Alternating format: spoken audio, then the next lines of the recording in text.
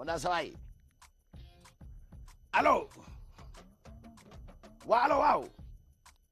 waa sama waay na nga def waay ça va bien kon yaa ngi Europe ba tey nga ne sa waay gisu ko ba léegi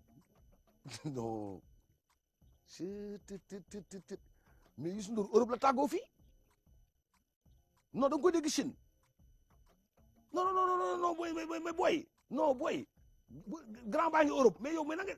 non bi muy dugg avion bi nga dab mais nga dab ko mais nga dab ko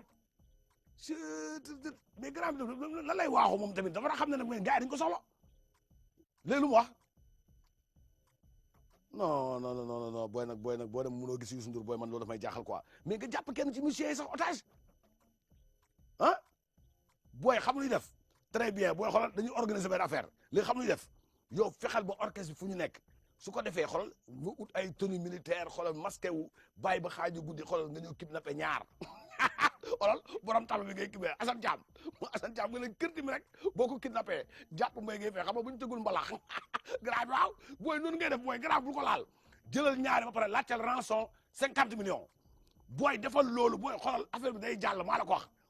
non du ma ci feeñ instant bi may wax yow ne du ma ci feeñ xoolal ñu ngi benn hôtel bu nekk côté non actuellement ni ngi Belgique la ñu war a jëm côté leen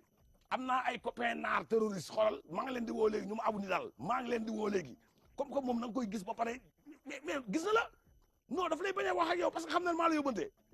mais booy xoolal attentat xoolal booy kidnapping nañuy def bu garaaw jàppal ma Assane Thiam xam nga bu xasee ba nelaw xoolal du gaaw a yeewu moom mbéy ngay fay buy wax jamais 203 rek këfal booy taf bakkan bi rek booy ëlbatu yóbbu leen directement ba ko xaram côté Nigéria non booy dafa loolu man xam naa ne booy def loolu grand bi dina gën a xaalis parce que booy fu mu ne nii grand bi mënul gën a xaalis affaire kidnapping rek booy boo ko defalee du baax